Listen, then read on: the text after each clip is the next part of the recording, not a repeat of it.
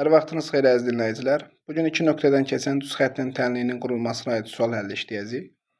İlk öncə məsələnin mahiyyətini dərk edək. İki nöqtədən keçən düz xəttin tənliyinin qurulması nədir?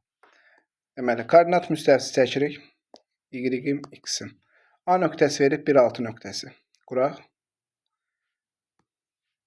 6, 1. A nöqtəsi. B nöqtəsi 2, -2. X-im 2. Y-im də -2 olsun.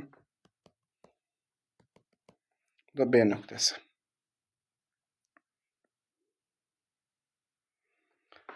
Məsələnin mahiyyəti budur. Yəni A-dan və B-dən keçən düz xəttin tənliyinin qurulması.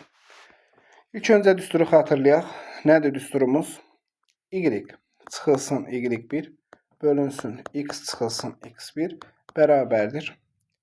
Y2 çıxılsın Y1 bölünsün X2 çıxılsın X1-ə. Gətirib uyğun koordinatları yerinə yazsaq. Deməli, burada Y çıxılsın. Y1-im neçədir? 6. Bölünsün X çıxılsın. X1-im neçədir?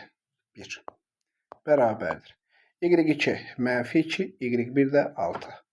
-2 çıxılsın 6. Bölünsün. X2 neçədir? 2. X1 neçədir? 1. 2 çıxılsın 1. Sadələşdirsək biraz. Y çıxılsın 6. Bölünsün X çıxılsın 1. Bərabərdir.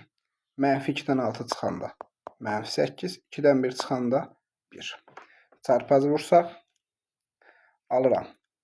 Y çıxılsın 6 vur 1 ilə Y çıx 6 bərabərdir. X çıx 1-i -8-ə vuranda -8x, -8-i -1-ə vuranda -8.